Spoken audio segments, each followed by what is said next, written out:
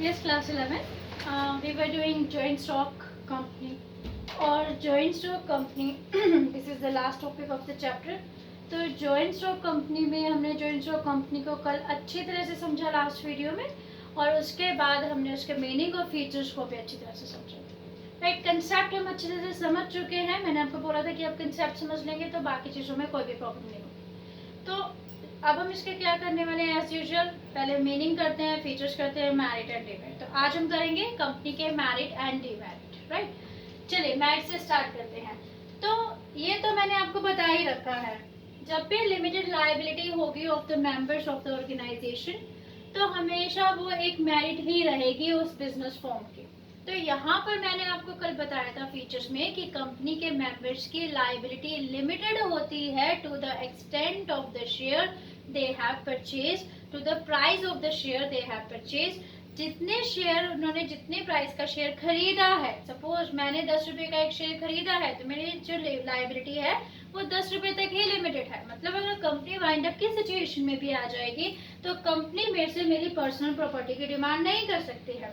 तो that is a merit of company, that company के जो मेंबर्स की लायबिलिटी लिमिटेड होती है. Right, second is transferability of interest. यहाँ पे इंटरेस्ट का मतलब क्या है, शेयर्स से लेंगे हम. और कल मैंने आपको ये चीज समझाई थी, अगर मुझे पैसे की नीड होती है, मेरे पास कंपनी के शेयर्स मैंने लिए हैं और मुझे पैसे की नीड है, एट दैट टाइम मैं कंपनी के शेयर्स को कभी भी बेच सकती हूँ और कैश को गेट कर सकती हूँ. मतलब इसके लिए स्टॉक मार्केट है, स्टॉक एक्सचेंज है, जहाँ पर आप अपने शेयर्स को बेच सकते हैं और उसकी जगह पैसे मिल जाते हैं. ठीक है, और अगर आप चाहें तो आप क्या कर सकते हैं, अपने फ्रेंड को देना चाहते हैं, अपने रिलेटिव को अपने शेयर्स ट्रांसफर करना चाहते हैं तो आप इजीली ट्रांसफर कर सकते हैं, तो इसमें कोई प्रॉब्लम नहीं होती है. ठीक है, तो इसमें ट्रांसफरेबिलिटी ऑफ इंटरेस्ट बहुत इजीली हो जाता है. तो there is no need to worry, आप कभी भी अपने शेयर्स को बेच दीजिए, कभी अपने शेयर को ट्रांसफर कर सकते हैं. तो ये इसकी एक मेरिट बन जाती है. थर्ड हम देखेंगे दैट इज परपेचुअल एग्जिस्टेंस. हमने इसके फीचर्स में भी किया, क्योंकि कंपनी की जो आइडेंटिटी है वो उसके मेंबर से सेपरेट है, इसीलिए कंपनी के मेंबर्स की डेथ या इंसॉल्वेंसी से कंपनी को कोई फर्क नहीं पड़ता और कंपनी लगातार चलती ही रहती है. Next is professional management. That is a new point. Professional management बेटा हमने कोऑपरेटिव सोसाइटी में किया कि क्योंकि वहां पर मैनेजमेंट अच्छी नहीं पाई जाती, वहाँ पर कोई प्रोफेशनल कोई पॉइंट नहीं करते वो लोग, तो वहाँ का जो सोसाइटी का बिजनेस था वो कहीं ना कहीं लैक करता है क्योंकि वहाँ पर मैनेजमेंट अच्छी नहीं है. फिर सोल प्रोप्राइटरशिप में क्या, एक ही पर्सन है, कैसे मैनेज करेगा. पार्टनरशिप पे हमने कहा वो खुद ही मैनेज करते हैं, कॉन्फ्लिक्ट्स हो जाते हैं उनके अंदर ही, खुद ही वो लड़ाई झगड़े में स्टार्ट हो जाते हैं, डिसीजन लेना बड़ा मुश्किल हो जाता है. देन हमने ज्वाइंट द फैमिली बिजनेस किया, उसमें हमने कहा कि करता सारे डिसीजन लेता है. राइट, तो उनके भी रिसोर्सेज कम होते हैं तो प्रोफेशनल मैनेजमेंट को वो अपॉइंट नहीं करते. तो ऐसे में जो कंपनी है, कंपनी के अगर मैं एक और सबसे ज़्यादा इम्पोर्टेंट अगर मेरिट लिखूं तो मैं ये भी लिख सकती हूँ कि लार्ज फंड्स और रिसोर्सेज. सब जितने भी बिजनेस फॉर्म ऑफ ऑर्गेनाइजेशन है, सबसे ज्यादा रिसोर्सेज और फंड्स किसके पास होते हैं, कंपनी के पास ही होते हैं. मैंने भी आपको कहा जितने पैसे की जरूरत है वो पब्लिक से मंगवाती है. कल मैंने आपको एग्जांपल दिया था कि 20,000 2 लाख की जरूरत है तो डिफरेंट लोगों से वो लोगों से मंगवा सकती है. इवन करोड़ अरब इतने रुपए का मिलियंस सब चीजों का जितने भी लार्ज स्केल होता है उतने लार्ज स्केल पे वो फंड को क्या कर सकती है, गेट कर सकती है. तो सबसे ज्यादा रिसोर्सेज अगर किसी बिजनेस फॉर्म में पाए जाते हैं वो कंपनी में ही पाए जाते हैं. अब कंपनी के पास बहुत पैसा है या बहुत फंड्स हैं तो एट दैट टाइम वो कंपनी को चलाने के लिए बेस्ट से बेस्ट प्रोफेशनल एक्सपर्ट को क्या करते हैं, अपॉइंट करते हैं. कल मैंने आपको समझाया था कि ओनर्स अलग हैं और उसके जो चलाने वाले अलग होते हैं, क्योंकि वो बोर्ड ऑफ डायरेक्टर चूज करते हैं और वही कंपनी को चलाते हैं. तो जब बोर्ड ऑफ डायरेक्टर चूज करते हैं तो डिफरेंट प्रोफेशनल एक से एक अच्छे प्रोफेशनल को अपॉइंट कर सकते हैं. क्यों, क्योंकि कंपनी के पास बहुत फंड्स होते हैं. तो यहाँ की मैनेजमेंट जो होती है वो बिल्कुल बेस्ट पाई जाती है. Next is growth and expansion. वही सेम चीज, क्योंकि बहुत फंड्स हैं, बहुत रिसोर्सेज हैं, तो कंपनी को ग्रोथ और एक्सपेंड करने के बहुत चांसेस होते हैं. नेचुरली बात है, पैसा है, कैपिटल है, आप कभी भी ग्रोथ कर सकते हैं अपने बिजनेस के। तो ऐसा ही तो कंपनी में है, कंपनी के पास भी बहुत लार्ज फंड्स हैं, रिसोर्सेज हैं, तो कंपनी भी क्या कर सकती है, अपने आप को एक्सपेंड कर सकती है, अपने आप को ग्रो कर सकते हैं। तो ये सब क्यों है, क्योंकि इसके पास लार्ज फंड्स हैं। तो ये थे कंपनी के मेरिट्स। अब कंपनी के डीमेरिट्स क्या है। सबसे बड़ी डीमेरिट कंपनी की ये है, जो कि आप नेक्स्ट चैप्टर में भी पढ़ेंगे फॉर्मेशन ऑफ कंपनी में, कि दैट कंपनी को बनाने में बहुत टाइम लग जाता है। A lot of documents you have to submit for to the registrar of the companies। बहुत सारे डॉक्यूमेंट सबमिट करने पड़ते हैं, बहुत टाइम लगता है, बहुत एक्सपेंसिव प्रोसेस होती है, पब्लिक को बुलाना, उनसे पैसे अरेंज करना, तो ये बहुत बड़ी प्रोसेस होती है। कई बार तो 6 to 8 months 1 year भी लग जाता है कंपनी को फॉर्म करने में। नॉट ओनली दैट, टाइम की अलग बात है, आपको डॉक्यूमेंट्स बहुत से सबमिट कराने पड़ते हैं एक रजिस्ट्रार के पास, मतलब बहुत डॉक्यूमेंटेशन प्रोसेस होती है। तो हम कह सकते हैं कि सबसे बड़ी डीमेरिट कंपनी को फॉर्म करने में होती है, क्योंकि कंपनी को बनाना बहुत ही मुश्किल है, जो कि बहुत ज़्यादा टाइम कंज्यूमिंग भी है, एक्सपेंसिव भी है, और अलॉट ऑफ डॉक्यूमेंटेशन या लीगल प्रोसेस को फॉलो करना पड़ता है, तभी जाके कंपनी फॉर्म होती है। तो फर्स्ट डीमेरिट लेंगे हम, complexity in formation. Second is lack of secrecy.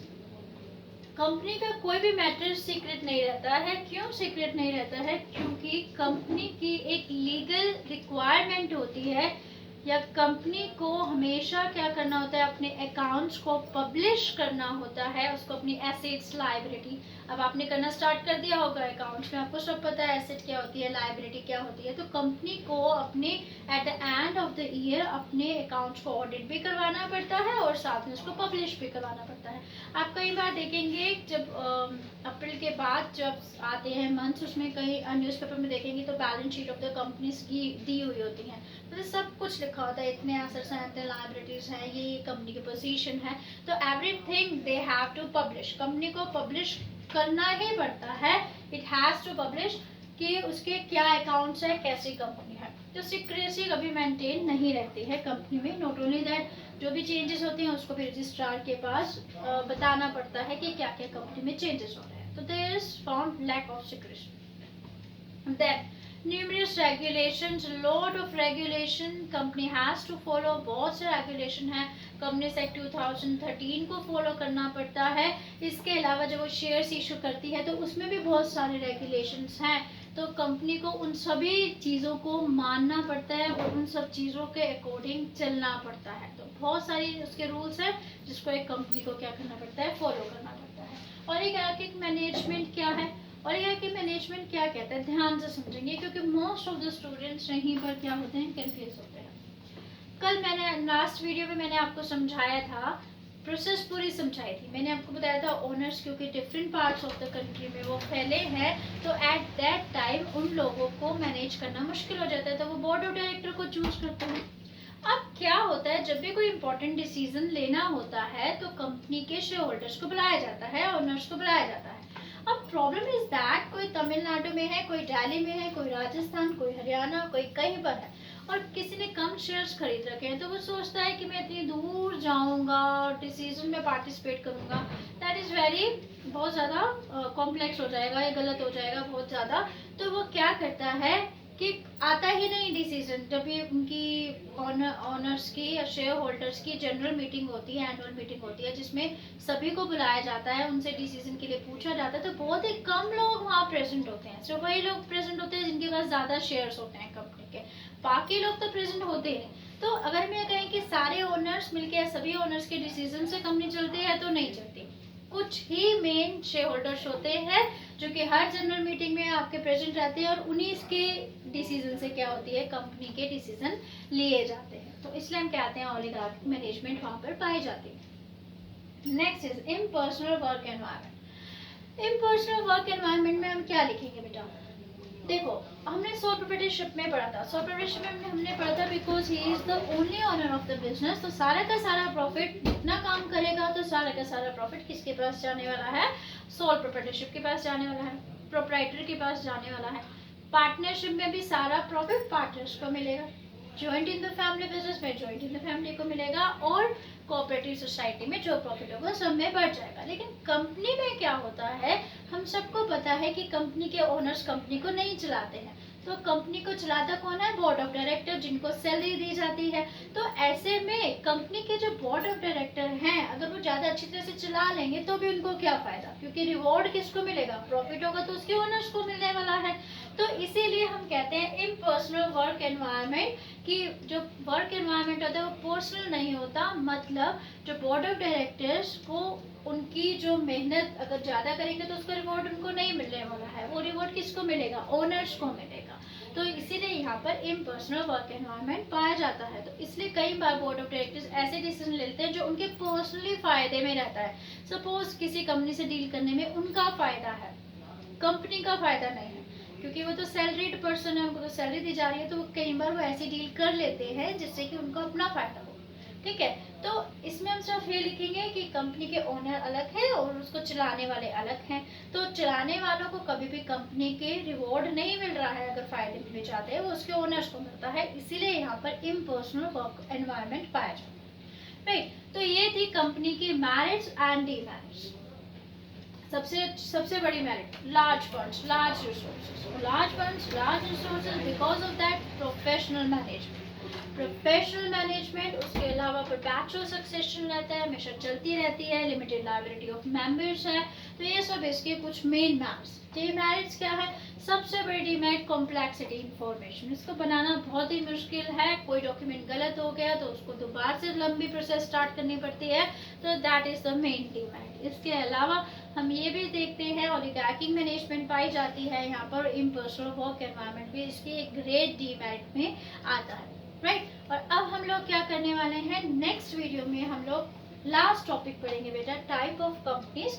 इसके अलावा एक और टॉपिक भी था कि हाउ टू फैक्टर, जो कि चूज करने में हम चूज करें कि हमें कौन से बिजनेस को अडॉप्ट करना चाहिए। पर क्योंकि 30% आपका सिलेबस कट हो गया है, जिसमें वो वाला टॉपिक भी आपका कट हो चुका है कि आप कौन से बिजनेस फॉर्म को चूज करें, तो उसमें कौन कौन से फैक्टर्स होते हैं, तो वो आपका डिलीट हो गया है, तो वो नहीं करेंगे हम लोग।